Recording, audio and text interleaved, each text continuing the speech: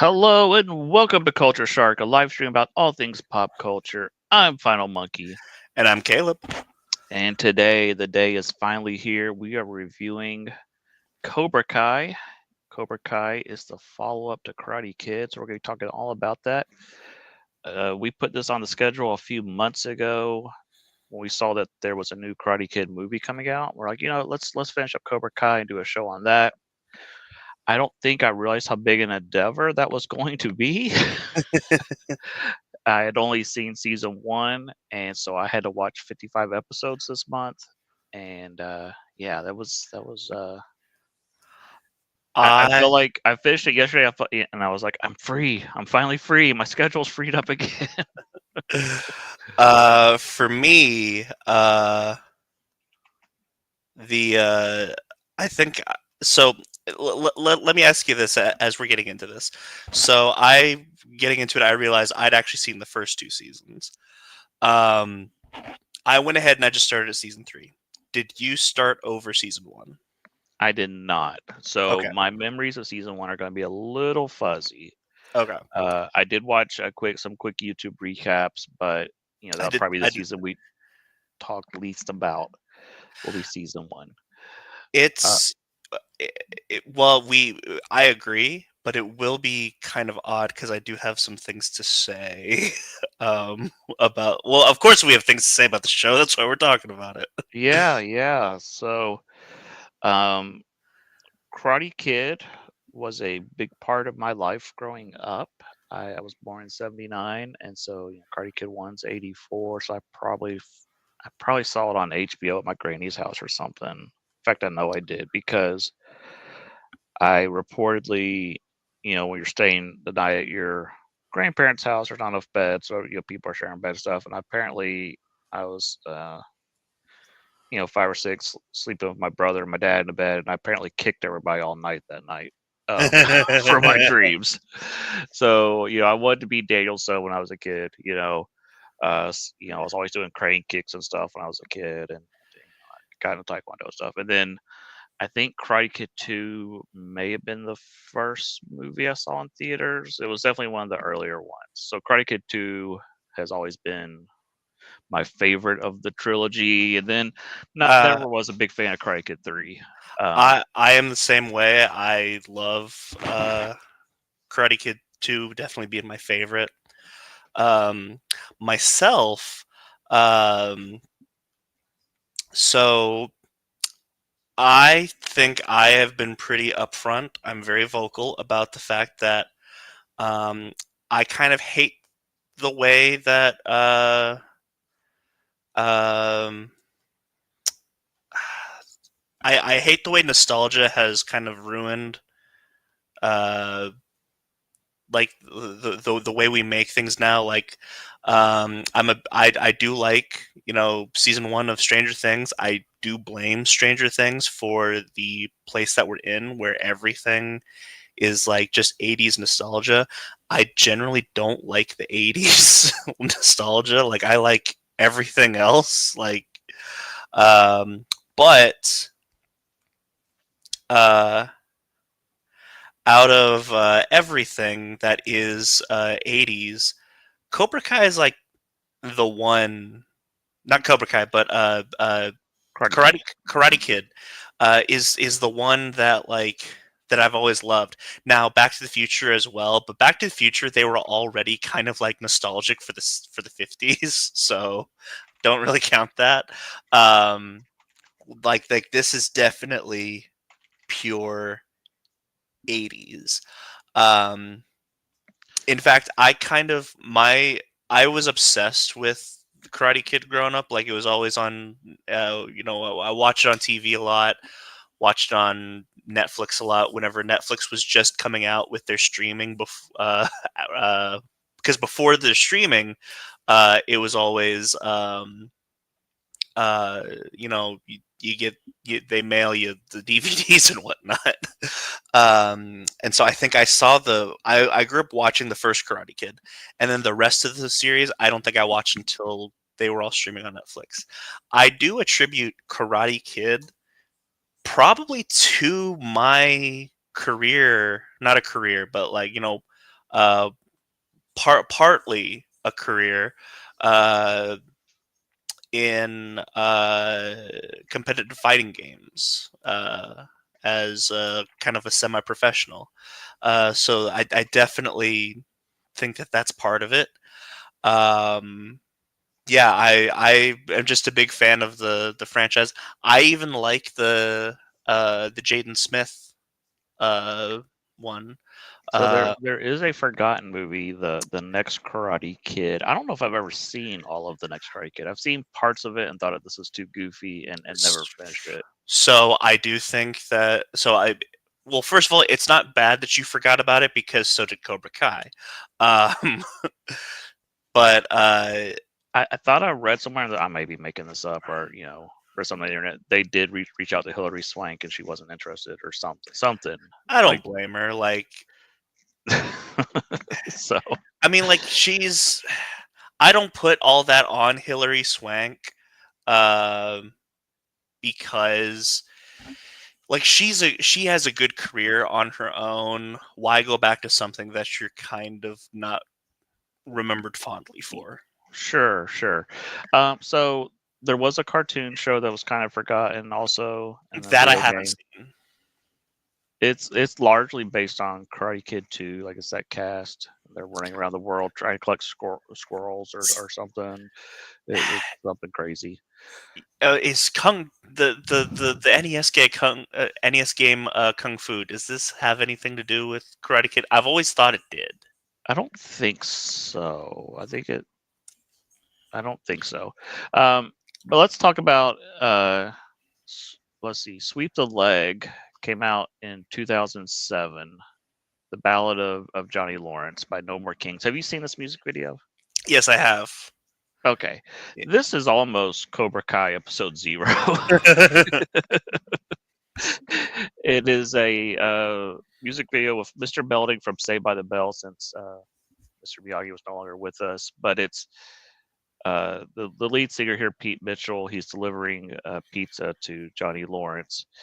And uh, throughout the video, we see Johnny Lawrence in a Speedo and robe, roller skating down the road and listening to the song. And there's like a dream sequence where Johnny is living in a trailer. His life's a mess, all because of this tournament. And Cobra Kai members are there with him. And in this dream sequence, now he's the winner of Cobra Kai at the end. And then after he has that dream sequence, he's hit by a car driven by Ralph Macchio, by Daniel. It's a fun video. I love it. It's a great song. I love this band. So yes. No More Kings. This, I think, a lot of people credit How I Met Your Mother with Cobra Kai. I think this was kind of more important in getting us there. Now, this probably brought more to mainstream the idea that Johnny was the main character, Yes. but Sweep the Leg played a very important role in getting us here. Um. Yeah. So I don't think that I don't think that How I Met Your Mother knew what it was doing when they did this. And I'm by that I don't mean it in a negative way. It's just like I don't think they knew the impact. Oh no, there's no way other than putting this out here. And I also want to give a shout out to Community for their Karate Kid episode. Theirs is more about saying, "Hey, Daniel is not the star of Karate Kid; it's Miyagi." Yes. And yeah, so I think Uh, all three of these things are all important things. And then they tried to do the Jaden Smith movie, and there's people that like that movie. I have not seen it, so I'm not gonna comment on it. Um, but I think all of these things were important in keeping Karate Kid in the mhm. pop culture zeitgeist and keeping it Yeah. alive and getting Um, us I, where we were. it's not in the slides, and I didn't think to get one. One other thing that I think really helped it was recently, not recently, but a little bit before Cobra Kai. I think it was about 2016. Ralph Macchio was actually invited to be a part of the dais for the roast of Rob Lowe. Okay. And that was actually that was a really big deal, because that kind of like I love William Zabka, but you put William Zabka on TV before Cobra Kai, nobody's gonna recognize him, you know. Right. Like, it's as much as Johnny Lawrence is, I mean, with Cobra Kai, the more interesting character. Um, Ralph Macchio, he is he is first bill. You know. Well, sure. I mean, besides Miyagi, he's the face of Karate Kid. He's, Yeah. the Luke Skywalker character. I was reading that I think it was before they did um, the next Karate Kid. Pat Morita had a different idea for Karate Kid 4, and it would have been him teaching Johnny. So for whatever reason, they did not go forward with those plans. But even as far back as then, this idea was kind of out there. Yeah. Which. I'm glad it didn't happen. I'm glad we got Cobra Kai. I would have loved that movie, but I'm glad we didn't Yeah. get it. So yeah, let's actually I didn't let me pull up the because you kind of sent me like the list of things to talk about. What is next up? Are we hopping straight in, or Yeah, let's just pull up the poster for season 1, and we'll just give our non-spoilery thoughts. Okay, so you combine them all. That's fine. Hmm.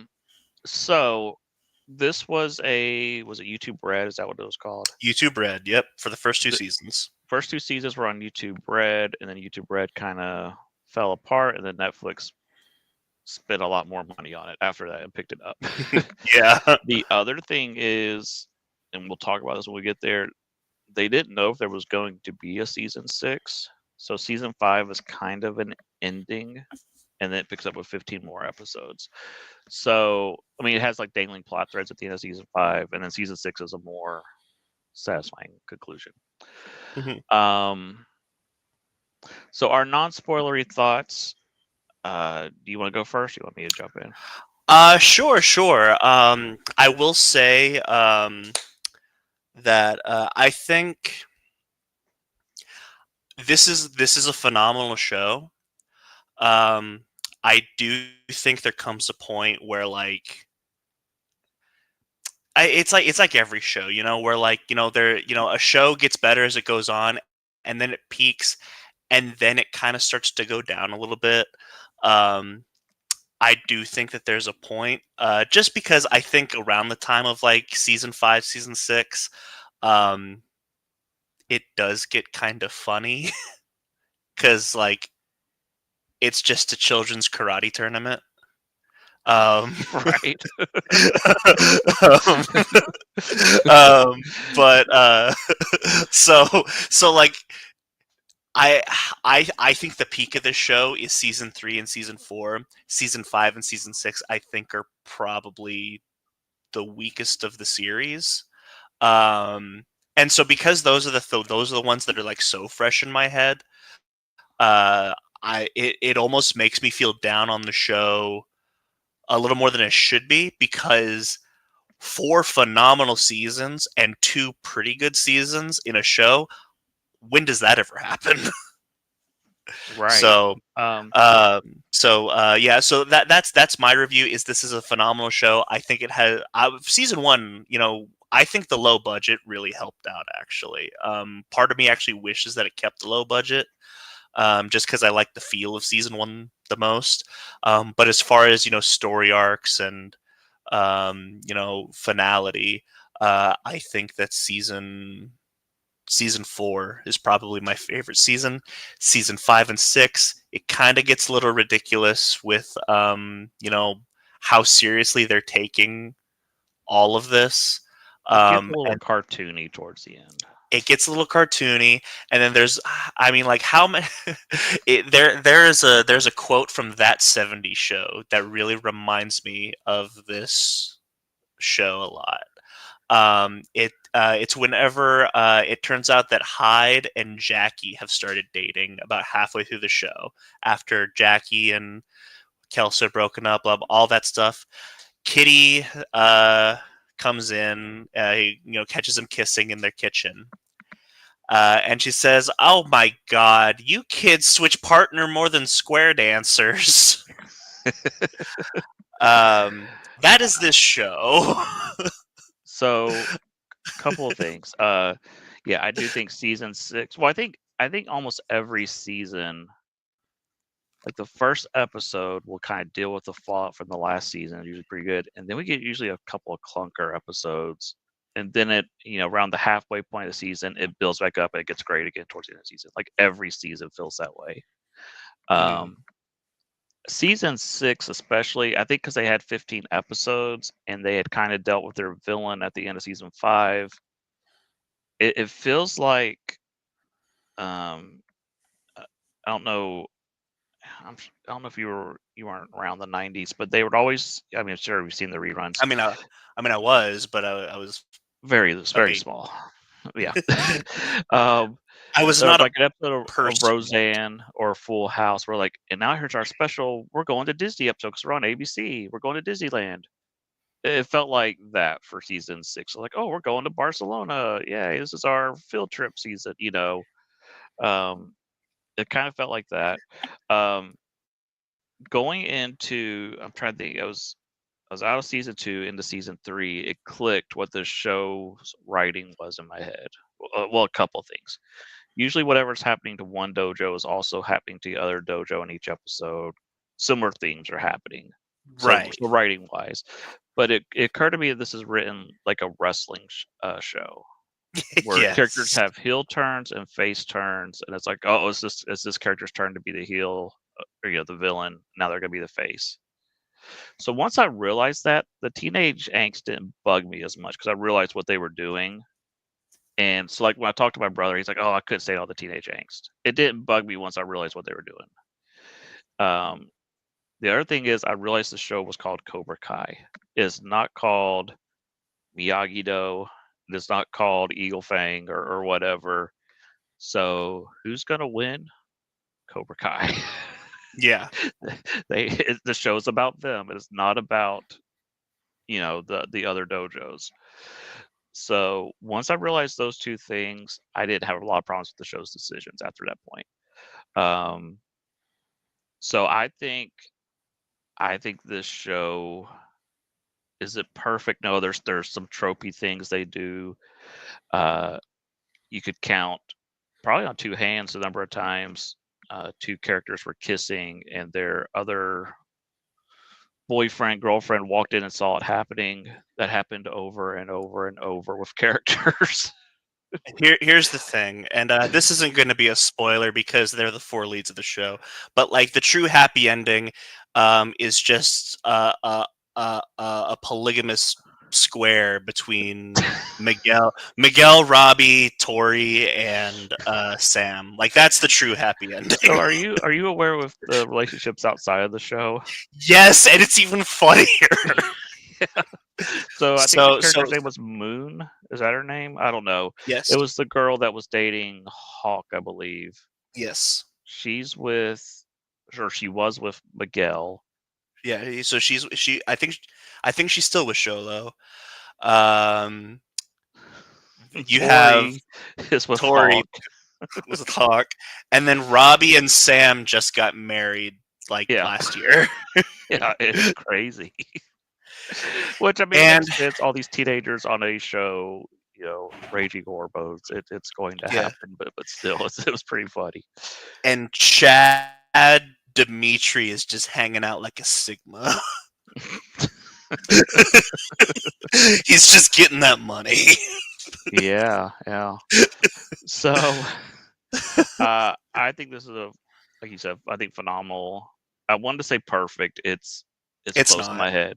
I mean, there are, like I said, there's cracks, but I think when I go down, the list of what are my favorite shows of all time, this one's in the conversation.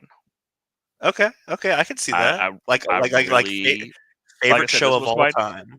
this was my childhood, and Okay. now I'm getting more of it, and it's awesome, and it's a satisfying conclusion for the most part. I'm happy. And you get a fight, I think, every episode, and the fights are generally really good. Like, I think some of no, that's for spoilers. That's for spoilers. okay, okay, we'll get to fights. I think some of the fights are part of the ridiculousness of it. Oh, I There's mean, they're over the top for well, sure. And there are two or three in my head that stick out. we'll talk about the riots when we get there. Um, Those are the ones. we will talk about it. But yes, I love the show. I think it is awesome. I think, I forgot to add. I wanted to add a picture of just Pat Morita nodding and smiling at the end. He approves. So that was our non-spoilers. Highly recommend this. It is on, I think Yes. season 1 is still on YouTube for free, or you can still watch it there. Yes. But yeah, Netflix for the rest of it. And yeah, let's get the spoilers. Well, and you can still watch all of it on Netflix, but it's for Well, free yeah. on YouTube. Yeah. Yeah, season 1. Yeah. You don't have to jump between streaming services. You're good. Yeah. So I just want to talk about some of the show's themes real quick. Now we're a little bit in the spoiler territory. Yeah, and this one, if I may, this Mhm. is a 6-season show. I don't think this will be like our other reviews. I don't think we're gonna hit every story beat. I probably just cover this the main plot points of the season a little less linearly, if you know what I mean. Just Yeah. because it's so much. Yeah, I was just kind of writing down notes on each season. And they're just like little 3 cents notes on each season. Yeah. So, but one of the big themes here, and it's one of the things I didn't think about as a kid, but now I'm like, oh yeah, this is the theme. As to quote Yondu, he may have not been your father boy, but he wasn't. He may have been your father boy, but he wasn't your daddy. And Yeah. that is the one of the two big themes of the show is absent father figures and the mentors that we put in our lives. Mm-hmm. Yeah. And I was trying to think, does anybody have two parents on here? I was thinking maybe Sam. Dimitri. Well, yeah, Sam. Yeah, the Larussos are the exception. But even we'll talk about the Larussos in a little bit. Oh, you gonna talk about the non-existent mother? Which one? You talking about Amanda or the Amanda. what do you mean by non-existent? She. Well, I mean, like she's barely there for the first 3 seasons. Oh, well, yeah. I mean, she definitely gets a bigger part to play later on when she starts being more involved with Tori's life and stuff. Um, but the other theme of this is moving on from your past and how some people, I mean, myself included, can let things from high school or mistakes you made control your whole life. Yeah. And how do you move past those, and how do you get a new lease on life? And That's the thing that people don't think about is like those. Whenever whenever we say those are your formative years, I don't think people take that seriously. But it truly is your formative years. Like yeah, they're very important. it's I think we usually use these are your formative years as like and we can say it like this. Oh, these are your formative years, so you should take the initiative, you, but we're not thinking about these are their formative years. How do other people affect them? and the other interesting thing is how, I don't know if hatred is the right word, but between Johnny and Daniel, but how Grudge. grudge, how that this thing from 30 years comes back and grows and starts affecting the whole community. It's not just between these two people; it's just growing and growing and growing because they cannot let go of the past. And now all of a sudden, they've got all these people involved, and it just keeps getting uglier and uglier, and more demons from Daniel's past keep showing up. And Mhm. so, uh, To the well, point where I don't know that's the thing. There comes a point where the show you say it's tropey. I think the show invents a trope and then continues to do it every season, which is like, oh man, who's coming back next? Oh yeah, yeah, the nostalgia thing. We're to the point where it's like characters I don't totally forgot about were showing up. Like, here's the henchman from Karate Kid 3. Who? Here Oh he no! is. Oh no! That's the funny thing is me and my friends we have quoted Mike Barnes for the past 10 years. No, I'm not talking. So I'm not talking about Mike Barnes. No, oh, you talking about Stingray? I'm not talking about Stingray. I'm talking about the long-haired henchman in Barcelona.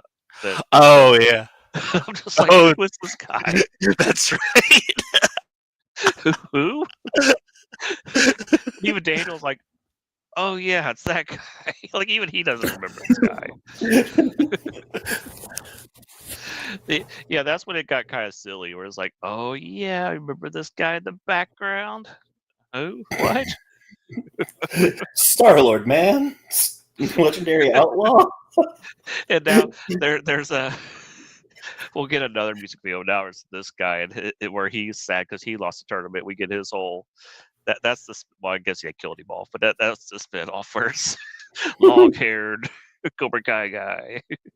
His story. So let's talk about Johnny.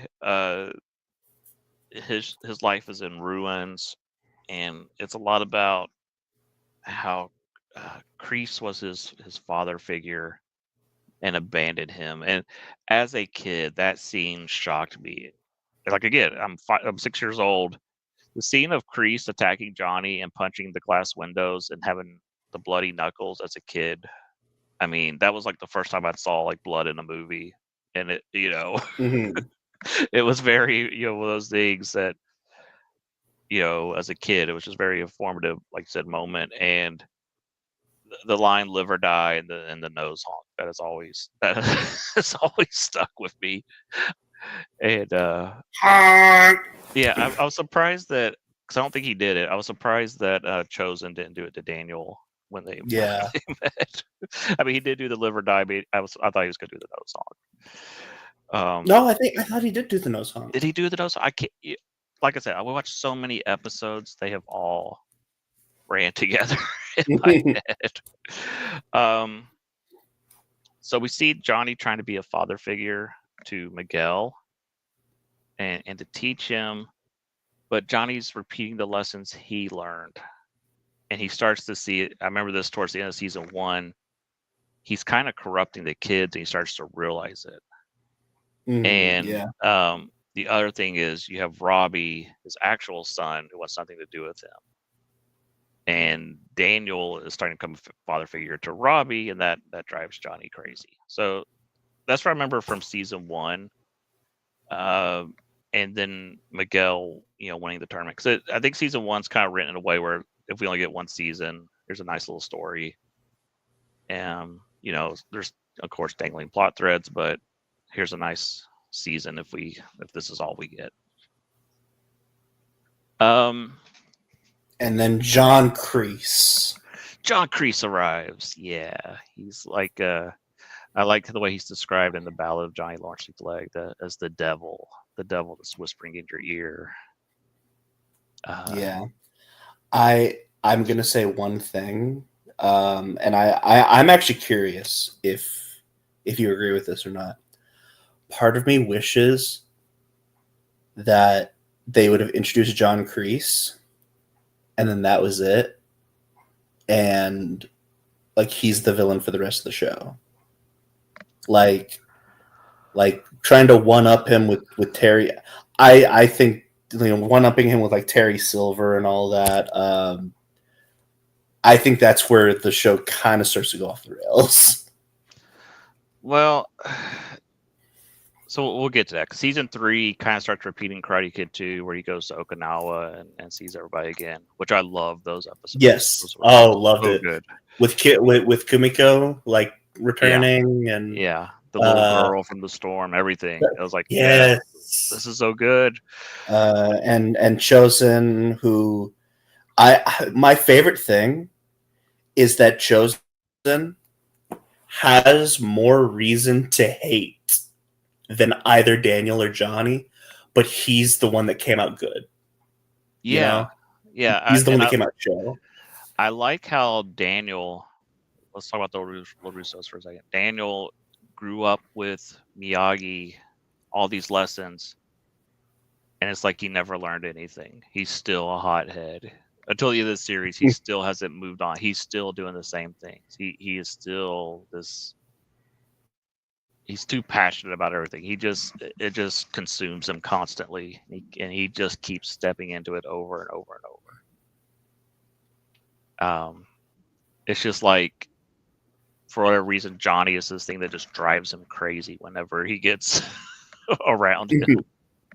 Yeah. And it's great. The other LaRussos, Sam's okay sometimes, but sometimes I'm like, she's just like her dad. She's just as much of a villain at times as Daniel can be. And I think that Anthony, I think is his name, is a piece of crap. He's the worst character on the show.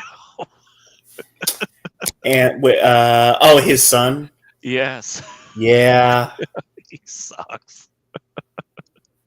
And Well, they try to redeem him a little bit towards the end, but it's just like there's nothing redeeming about this kid. He just sucks. well, like, so they could have, but the thing is at that point, like, you've already got like Johnny and Daniel having to reconcile. You've got Miguel and Robbie having to reconcile. Well, then you'd have Anthony and Kenny having to reconcile. That's just so much. Yeah, and Tori and Sam and everything. It's boring. Yeah. That's what I think. That's what it comes down to. Is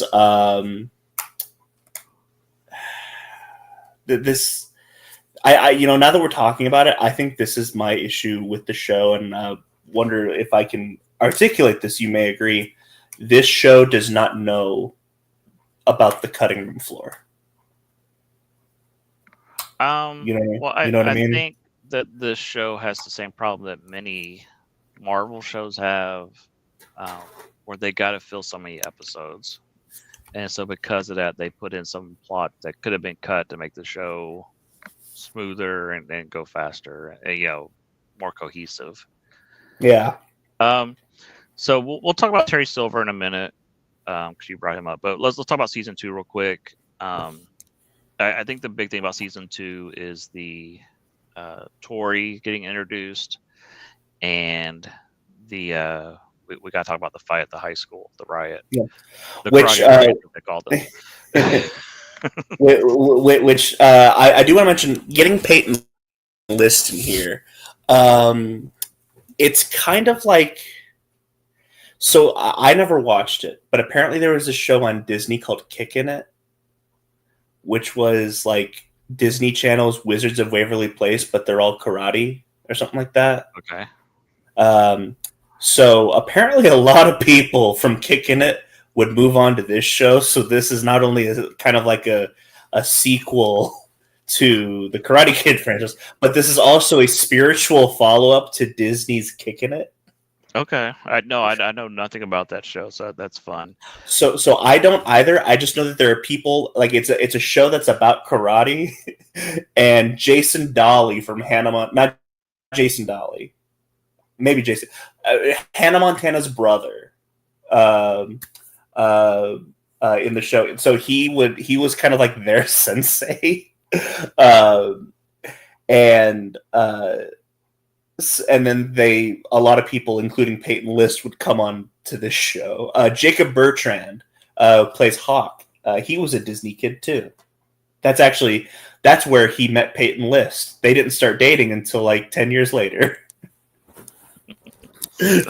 His redemption was in the form of taking laxatives. Yes, this is a character, and that was his redemption. Yeah, I will say, outside of the adult characters, Tori was my favorite character. I know you love Hulk, but Tori was definitely my favorite character. I thought she was the most interesting.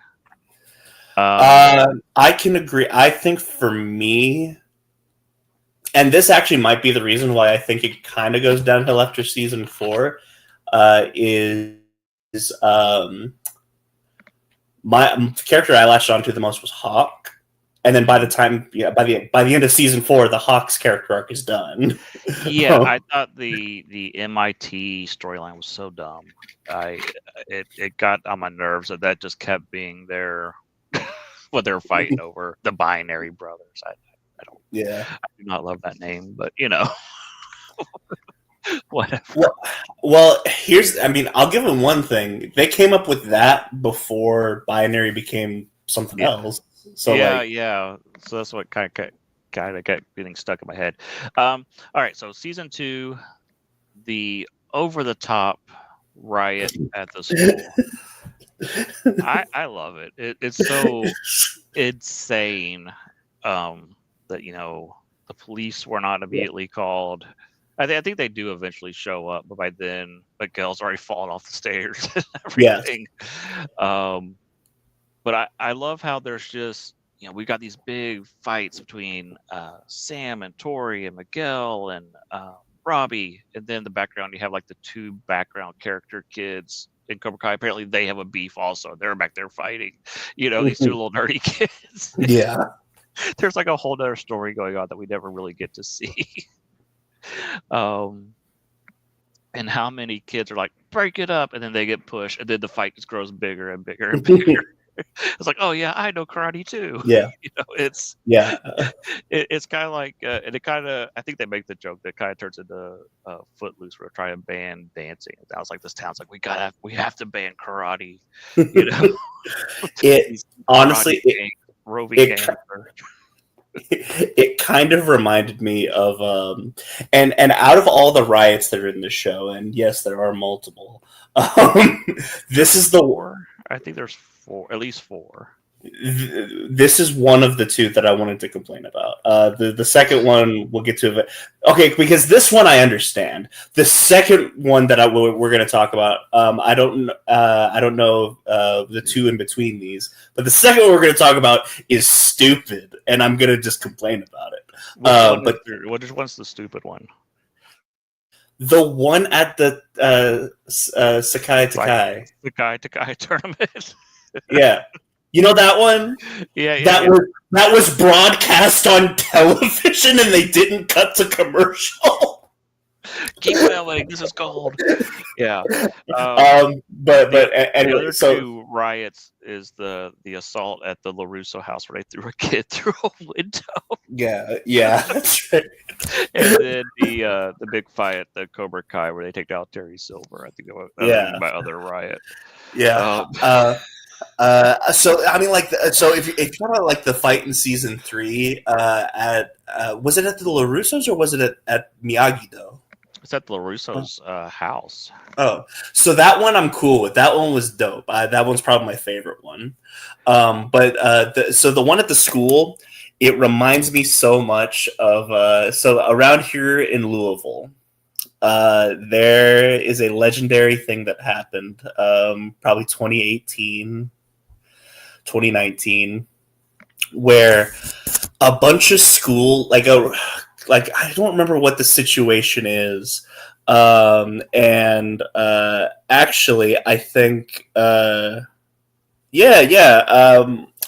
of our viewers, Tempting Frog, he might be able to chime in on this one. He might remember this a little bit better than I did. The Jefferson Mall incident? The St. Matthew's Mall incident. St. Matthew's Mall, where they banned kids from going there without adults or something. Right? Yeah. Because there was this big fight or something that went down at the mall on a Saturday, on social media. I think I was there. Yes. See, I told you he would have stuff. But there was just a big and so whenever you got the school one, I'm like, okay, this one I get because I know this actually happens. So that one I get. It's just at the Sakai Takai or whatever it's called. That's the one that gets me. That I'm like, no way. I was into it. I was just into what was going on the show. If I step back and question anything on this show, that the show falls apart at any moment. So, Well, my thing is they just showed murder on television. yeah, that is true. So, Oh, hey, hold on. Breaking news. It was over a breakup cheating situation, which is why I make fun of Cobra Kai season 2, because we did it first.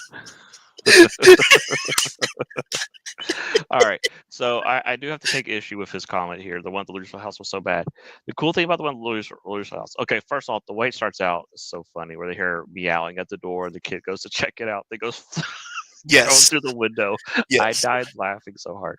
The other thing is a lot of that fight is a one-shot fight. Like the Yeah. camera never cuts. It is a well shot fight. Like I said, of the group fights, plural, it is my favorite. Plus it's also Hawk's redemption. Yeah, and there's so many. I say kids, they're teenagers. They're doing all the stunt work, and for them all to hit their cues and be in the right spot, it was just impressive. That was the most impressive one, and no telling how long it took to film that or the coordination involved. And I was kind of like Daredevil, who this is way better than a hallway fight. It's just Whoa. hey, I know. Calm down. I know. But I'm just saying, I was very impressed to have that many people involved. And I'm sure there was little cuts hidden in there that we couldn't tell, like when it would pan past the person, they probably cut, whatever. But it was very impressive once I realized what they were doing. And again, the kid flying through the window was so funny. They're like, "What happened to you? Cobra Kai just kicked my effing." Yeah. So yeah, season 2 ends with with Robbie kicking Miguel off a balcony. Miguel off a balcony, breaking his back and paralyzing him. It's our Bruce Wayne. But he's the Blue Beetle. So Blue Beetle gets his back broken. Yeah.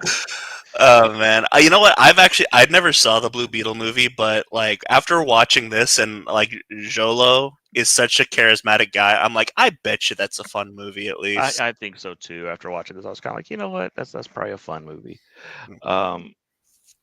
Yeah. So some of the best scenes of this are between, the relationship between Miguel and Johnny, and so the whole rehab arc is kind of fun. The D. Snyder concert and all that. Just just a lot of fun. Robbie, I like Robbie a lot. He can be frustrating the way he's so hard headed. Yes, but guess what? Who's his dad? Exactly. He's just being his father, and so yeah, I think Robbie Pastori is my second favorite character. But he, so the Robbie on the Run arc, this kind of gets frustrating as well. Although watching Johnny and Daniel play like 80s cops was a lot of fun. Yeah. So I think we're getting into season 3. Season 3, yeah. Again, the Okinawa stuff I loved.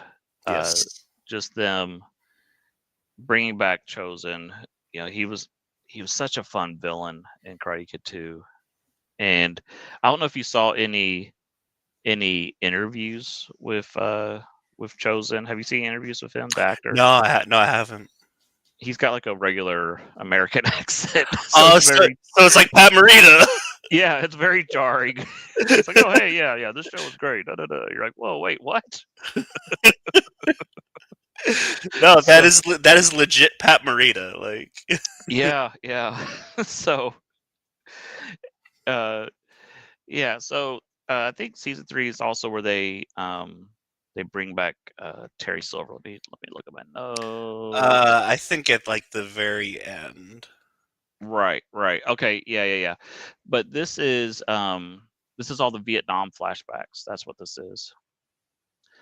So I really like the Vietnam Kreese backstory and them Yes. making me take this very one-dimensional character from the old Karate Kid movies and fleshing out his character and actually understanding where he's coming from and why he is the way he is.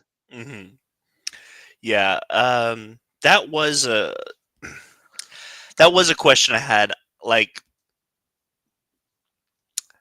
how do you feel about everybody except for Terry Silver getting a redemption arc? I thought it was for the most part it was needed. I thought. Okay. I feel like this whole show is healing for Johnny and Kreese and even Daniel. What happened? What that tournament did to everybody in the 80s, which I Mm-hmm. know is such a ridiculous thing to say, but this happens to people where they get so stuck on this moment from where they peaked in high school or whatever, and so they have trouble moving on from that moment, and they kind of what's the Braveheart quote? Some people never truly live, or what? I can't remember how it goes. I know which one you're talking. I can't think of it either, but I know what you're talking But about. some people just start going through motions. They get stuck in a pattern of defeat, and I think that Johnny and Kreese were both stuck there. And I think it's fun how much Kreese is lying about everything. He's like, oh yeah, I've been doing all these tours and da da da da. He's lying about all these adventures he's having because his whole life fell apart after Karate Kid 3, and he's just his life lost all meaning until he saw Cobra Kai was back. There is one thing that I think is funny, because it's such a Johnny thing. He could easily,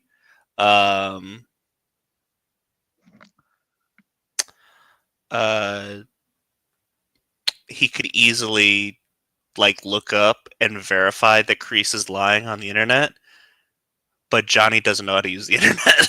Johnny does not know Technology. Yeah, he's such a dunderhead.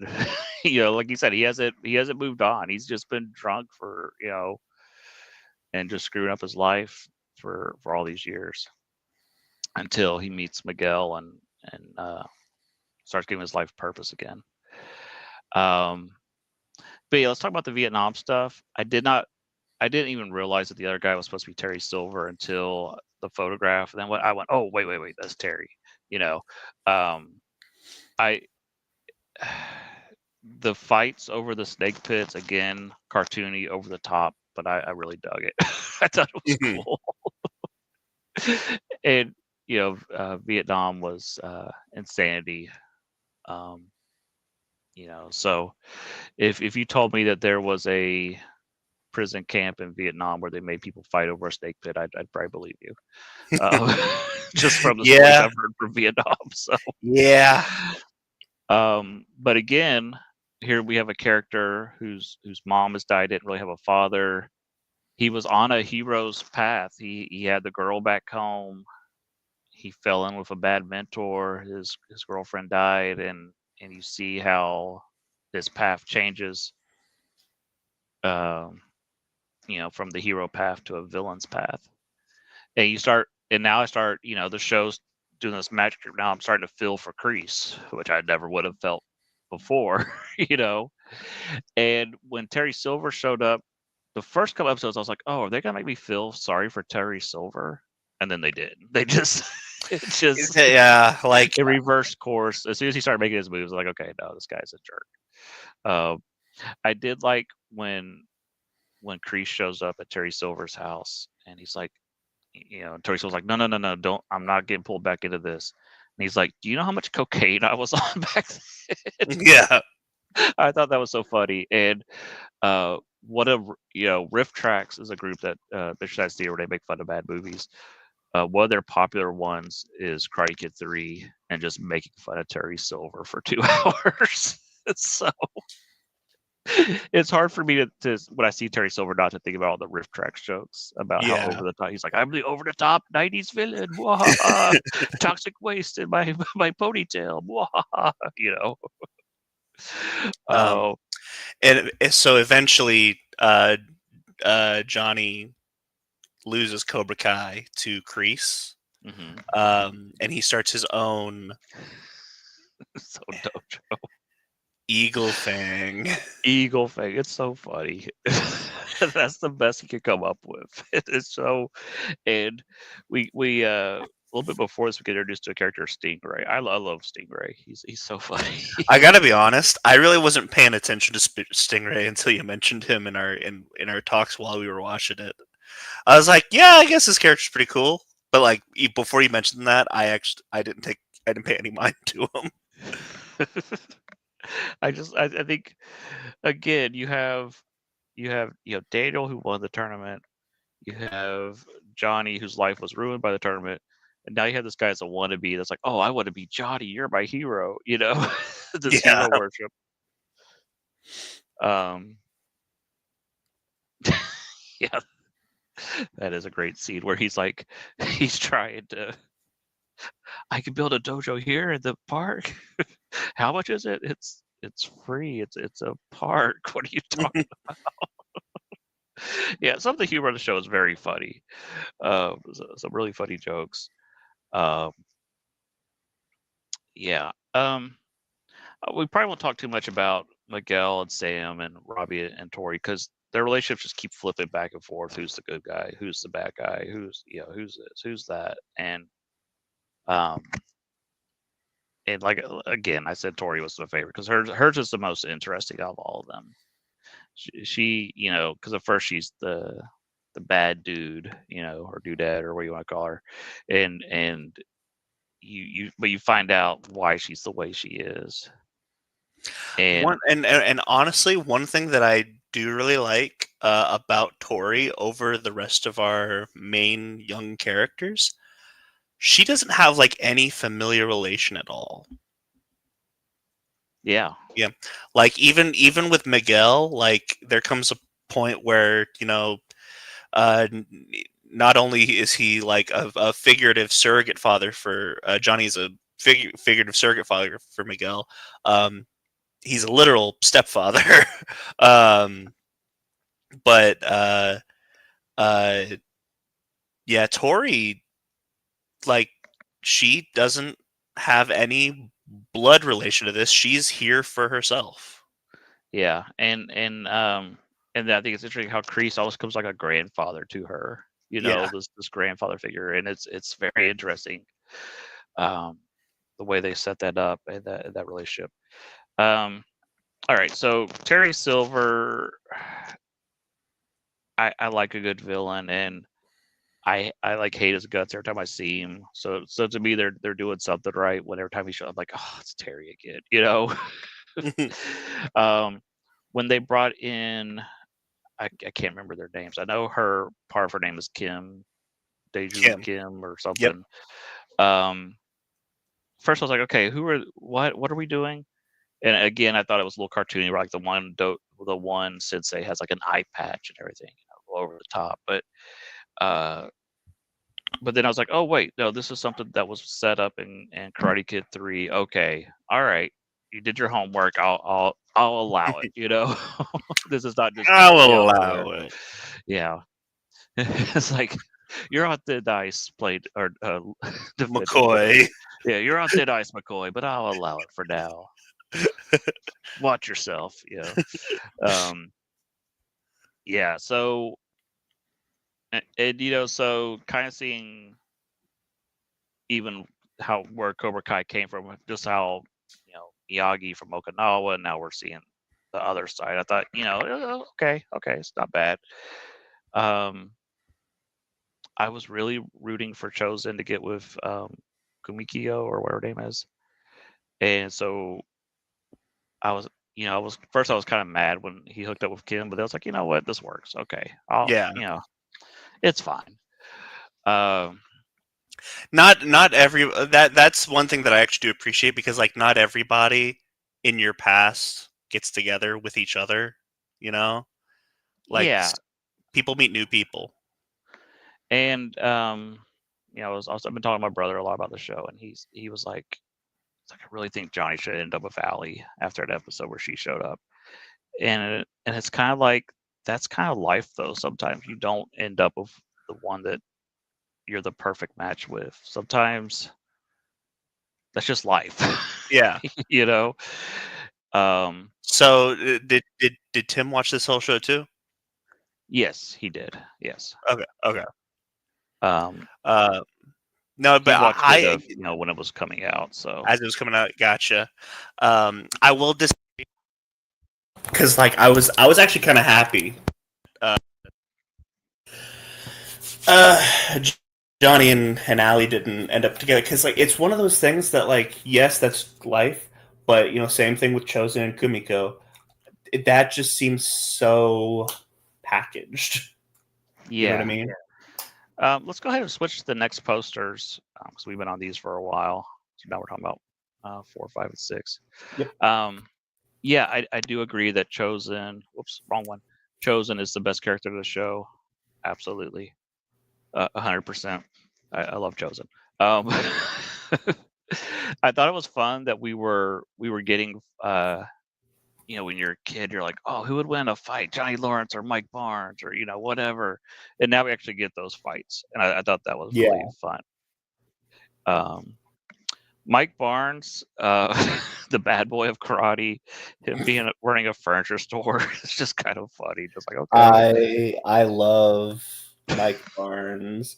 The thing that we're always quoting is in Karate Kid 3, whenever like Daniel's on the ground and then he just starts smack talking him like while he's on the ground in the middle of the finals of the tournament. He's just yelling at him. You remember how Tommy was like, put him in a body bag, yeah, like off on the side. It's like but Mike Barnes is doing that himself in the ring while Daniel's on the ground. Yeah. And I messaged my brother because I'm watching these. I'm like, is Mike Barnes going to show up? My brother just goes, everybody's going to show up. I was like, okay. So here's the thing.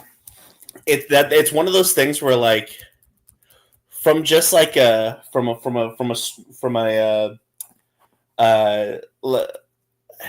I'm of two minds about that too, because I'm glad that everybody got their time to come back, but at the same time everybody came back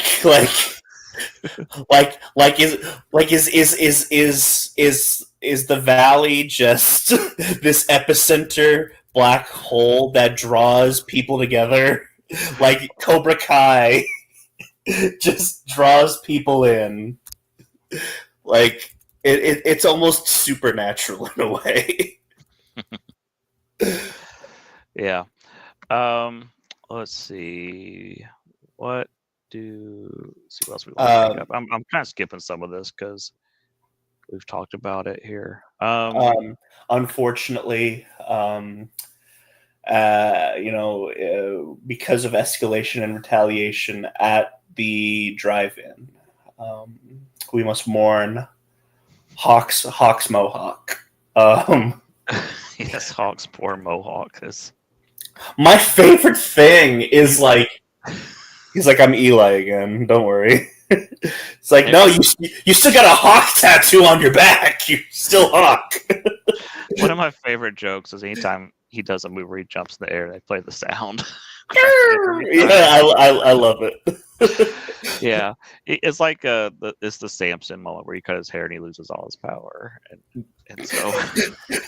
Okay, Daniel, getting biblical. So yeah. All right, so they take down Terry Silver, and again, I thought it was a little tropey, like, we've been secretly recording you, and now the villain's going to accidentally broadcast his plan to the whole world, I've seen that trope so many times in movies and TV shows, and this is one of those things like, okay, Well, that's in season 5. Yeah. I jumped a little ahead, but yes. Because season 4, Silver actually frames Kreese for beating the crap out of Stingray. Yes. And then Kreese gets put in prison. Yeah. Oh, yes, the prison arc. Yes. Which we, you know, I guess they're saving money because they already used the prison art or the prison set for Robbie, so now Yes. they're using it again. And I enjoyed the Crease being in prison,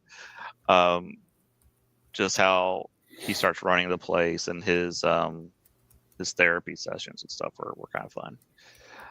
All right, so we do get another tournament where Miguel.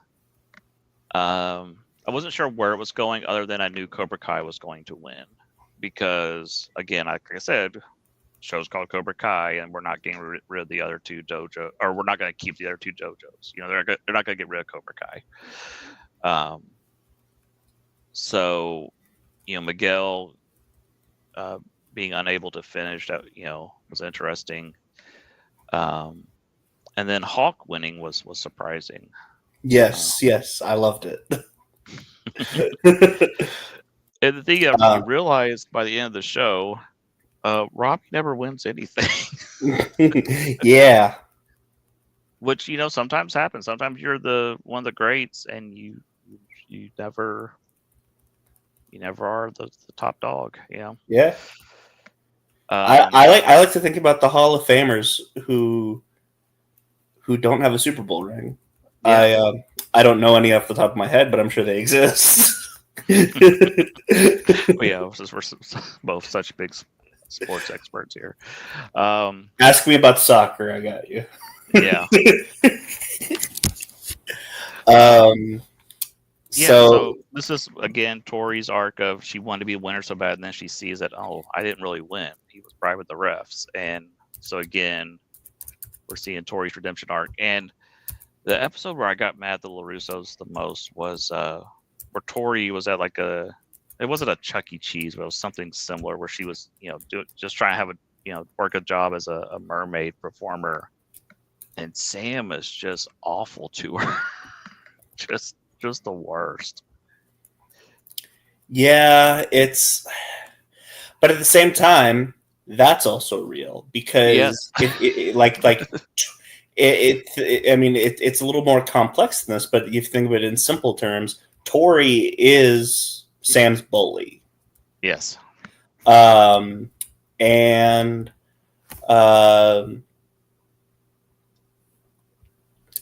when you get your bully in a weakened state like that, yeah, strike first, strike hard, no mercy. Right. And again, this is, I mentioned this to my wife when I was talking about the show. I was like, there's a lot of teenage angst in this, but there was a lot of teenage angst in the Karate Kid movies. Yes. And we're just kind of repeating these habits, the same things are happening again. No, that's the thing. It's like, I mentioned stuff like, all of this for a children's karate tournament. That's the first movie too. Yes. The second one was the only one with any mortal stakes. Yeah. That's why I like the second one. This is like this. No, this is for real, Daniel. So, this is it. All right, Pat. We got the quote for the trailer. Good job. Yeah. This is not tournament. This for real. Right. Season 5, we get their trip to Mexico, and some of that's fun, but I was also kind of like, part of me's like, okay, I'm ready for this to be over. Well, the issue is, like, they didn't do anything with nuance with Miguel's dad. Like, nothing that happened surprised me whatsoever. Yeah. Like, I'm not going to say that I called his dad being a drug lord or whatever, a crime lord.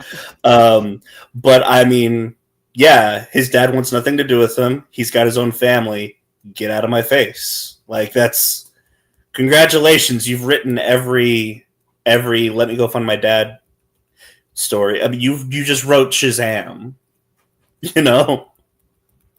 Yeah. So I think this is an interesting comment. I agree. I think Devlin's an interesting character because she's just kind of getting dragged into this. Like, she had asked for this, and now she doesn't really know who the players are or who to trust, and she's just trying to be the best. and yeah, she starts learning all the bad lessons again from Cobra Kai when she drugs poor Kenny. Yeah. So, um, yeah. So let's I, talk I, about. I do like that Kenny like at least got his opportunity to participate in the Takai Sakai or Sakai. What is it? Yeah, Is it Sakai Taikai? Is that what it is? I think so. I think so. Okay, Sakai Taikai. Um, all right. So they take down Terry Silver, and Kreese escapes from jail, which I was kind of like, you could have So just funny. waited. Yeah. Uh, No, no. Not only does he escape, he fakes his death and then escapes from the morgue. yes. Like this is some episode of The Blacklist. Yeah, just like, okay, did he like? I guess he was in the infirmary because I guess they thought he was still alive. I don't know. The Here- guards were here- not very smart. here's the thing. I like the show when it is about the rivalry of Daniel and Johnny. Um, the things that involve Silver and Kreese, I'm just like, what show is this? Yeah, Like, it's always over the top. The snake pit, the jail escape, the yacht battle, everything. It's just wait, what is going the on? yacht battle. Like that's the thing is like Kreese saves the day and nobody knows. Yeah, no one, and they were never mentioned again. The end. Oh man, it's great. Yeah. Um. So let's get to the final season. Um. I think the emotional episodes are kind of the best episodes. So the one where Tori's mom dies. I really like the one in season 2 where it's like the last ride of the Cobra Kai where they go out for one. You know, Johnny and all his old buddies go out for one last adventure. I can't remember which episode it was, but there was also the one where Johnny is super drunk and he's talking about how much he loves having him as a son, and then he calls Miguel Robbie. Mm-hmm. You know, that's a great moment. Um, Which so I mean, and that is where you realize that Miguel's still a kid. Because as an adult, you realize that moment, in theory, it causes Johnny more pain than Miguel will ever know. You know what I mean? yeah. Hmm. So, but once again, Miguel's a kid, so he doesn't necessarily understand that. So season 6, it kind of starts out. We're like, okay, we have no villains now. What are we doing? And so we started getting introduced to new ones. We see Kim's group in Japan, her grandfather's little dojo, and I cannot remember the character's name. The bad kid in the group. Oh yeah, the bad kid. I thought you were going to mention the grandpa, who I just kept calling Pai Mei. Yeah, yeah, yeah. That's everything. It starts turning into Kill Bill. That's what it is. What is his name? The bat Quan. That's right. Yeah. Thanks, chat, for that. Yeah. So Quan, you know, he's fine. He's you know, your stereotypical character. I think in season 6 they started bringing in kids who actually knew karate to be the characters. That what's her name, Zara. Yeah. She's you know, she's a real martial arts world champion. I thought Axel was okay, but that he was so dull. He was just kind of like a boring character. Yeah. I was kind of like, oh, this is a person. Yeah, it reminded me of the guy from Harry Potter, Goblet of Fire. I can't think of his name. Oh, Cedric. Victor Crumb. Oh, Victor Crumb. Yeah. Yeah, yeah. Um, I enjoyed the this world tournament, but you're right. The riot was out of hand because before the riot started, I was like, there's too many rivalries happening right now. They're not going to be able to finish all this in tournament, so something's got to happen. And then when the riot broke out, I was like, okay, everybody can have their little mini fights and stuff. it was ridiculous, just how everybody is at home watching this happen, and over the top, and then Quan does the stupid thing of doing a flying dragon jump kick, whatever, with a knife. With a knife in his hand.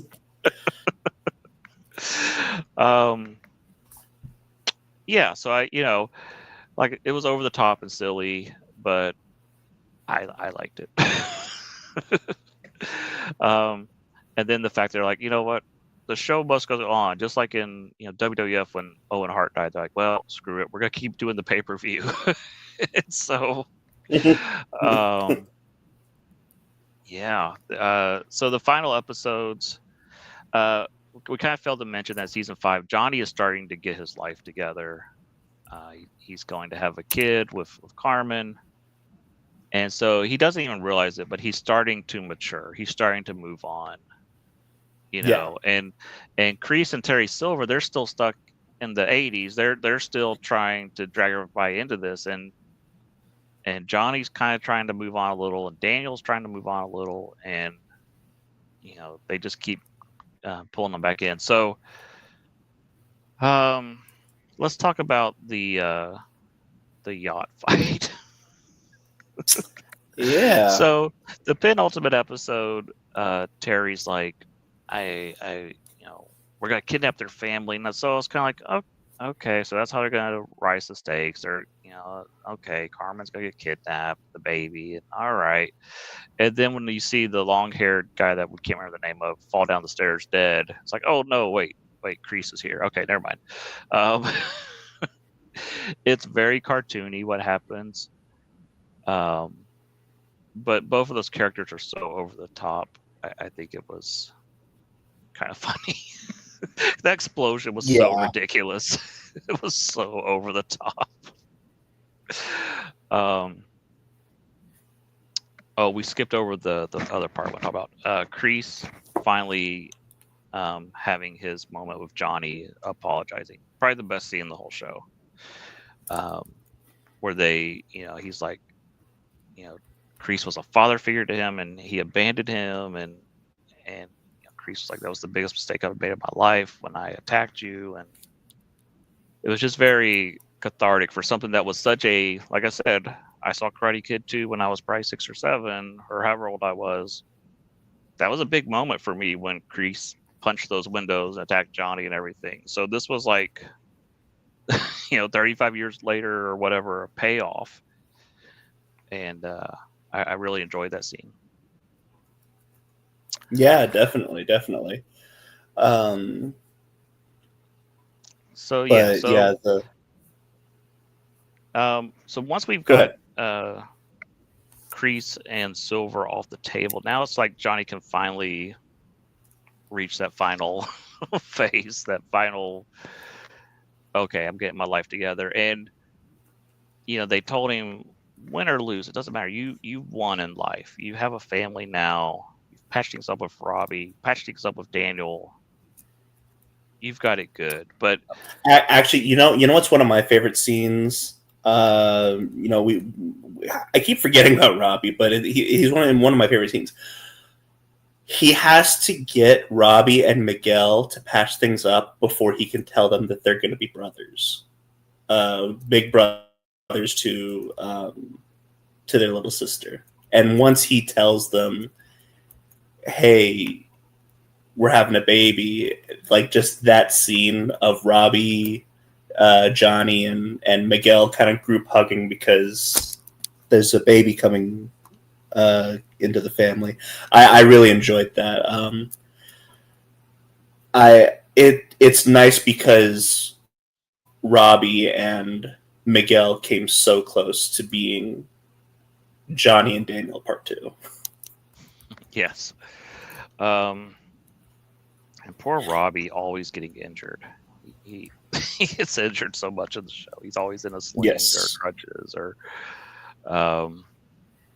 it was so great at the end, everybody coming out in the Cobra Kai dojos or gis. It was so awesome. Yeah. But yeah, the final fights were great. Tori finally getting to beat up Zara, and Miguel versus Axel. Just some really fun matches. I was wondering if Johnny was going to pull out a crane kick on Wolf, but I thought about that on as well. Silver. Yeah. But either way, it was great. And then Wolf kind of bowing at the end, and then going, where's Silver? Yeah, where is Silver? Which I do like the fact that Wolf is not Terry Silver. Right. Right. It's one of those things that it's like Terry is trying to prove that everyone is just as bad as he is, but everyone is constantly proving him wrong. Yeah. So let's bring up a couple more things and we'll start wrapping this up. The Miyagi storyline in the background was okay. I didn't understand that at all. The CGI Miyagi was a little rough. But I did like the dream sequence of him fighting all the skeletons was kind of fun. That was cool. I did like that. Yeah. And then the way that it kind of comes full circle back to Johnny's now teaching a dojo again. And he's got his life together now, and now he's learned like he wasn't ready in season 1. Now he is ready to be a proper sensei. Mm-hmm.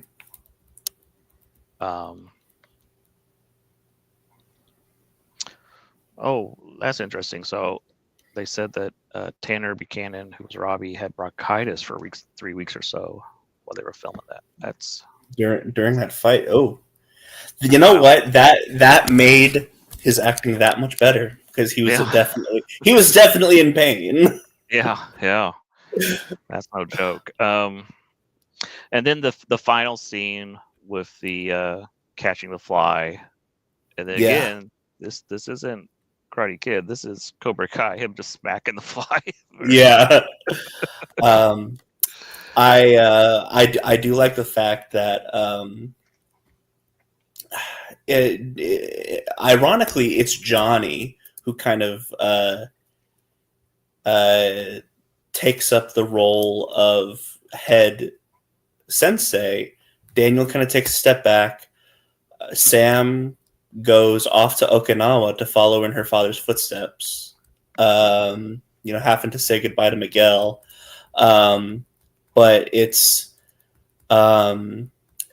like Daniel's form of maturing is leaving, not necessarily leaving karate behind because he is still, but he's taking a step back from it. And Johnny's form of maturing is grabbing hold of it and, kind of taking charge. Okay, I was trying to figure out what Tempting Frog was saying in the chat. Now I get it. The first episode was called Ace Degenerate. The last episode was called X Degenerate. Gotcha. Okay, makes sense. So yeah, this is Johnny's. He starts out as the Ace Degenerate. Now he's the X Degenerate. Cool. Yeah. Very cool. So I was watching the Behind the Dojo or whatever it was called on Netflix, the behind the scenes little talk show. And they're like, yeah, so we've had discussions, do we want to revisit these characters? And I say no. Leave this. This is a perfect ending. I mean, the fact that they're doing the Karate Kid Legends movie with Jackie Chan and Ralph Macchio, okay, fine. But leave Cobra Kai alone. This is perfect. It was cathartic. It resolved those old plot lines from the 80s. We're done. If I never see Daniel again or Johnny, I'm fine. I am perfectly fine with this ending. I'll see you guys in 30 years with the Cobra Kai revival with Jolo and Tanner as Robbie and Miguel.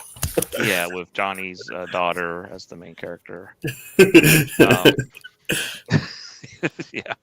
So I agree. I do like Johnny becoming the champion, and I like him and Daniel holding up the trophy together at the end. It was very nice. One thing I do want to mention is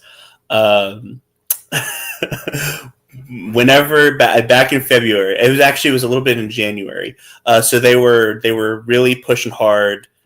Season 6, Part 3 coming out. And we were all, as a nation, watching the horrible, horrible travesty that was Jake Paul versus Mike Tyson. And they cut over to and Ralph Macchio and William Zabka are in the audience, like front row, sitting side by side. And my friend Ben, Tempting Frog, he's like, "Put him in the ring!" But yeah, well, not to rag on Star Wars for a little bit, but the Star Wars sequel trilogy, they introduced all these new characters. They really kind of trashed the older characters and sunsetted them all, and it was a mess. This kind of did it perfectly, where it introduced new characters that we grew to love. Robbie and Tori Miguel, Sam, and even the side little characters, while still giving moments to those older characters from the 80s. And I think that's great. And so there's so many attempts to bring back nostalgia, and I could count like maybe 3 times where it's worked. Like Picard season 3. I think Ghostbusters Afterlife has its moments where it was kind of respectful to the old crew. But I think this is the best I've seen where they've done something nostalgia, brought it back, and turned it into a series. This is the best it's been. I can agree with that. Yeah. So that is our thoughts on Cobra Kai. Unless you got anything else you want to throw in. No, that pretty much covers everything for me. Yeah, I'm a big fan. It does get ridiculous towards the end there, but honestly, is that not the most 80s thing about it? Well, yeah. I just think this was a lot of fun, and I am planning to rewatch the whole series with my family and all the movies with my family this summer. So I'll be revisiting this very shortly. So this has been Culture Shark. Please hit the like button or subscribe. We really glad everybody was here today. Next week, we always alternate between a comic show and a movie television show. So next week, we're talking about Astro City, which is an awesome comic book series. I think I bought your copy for you like a year and a half ago. So it was about that. Yeah. So we're going to be talking about that very cool series. But until then, I've been Final Monkey. And I'm Caleb. We'll catch you next time in the Shark Pond. See ya.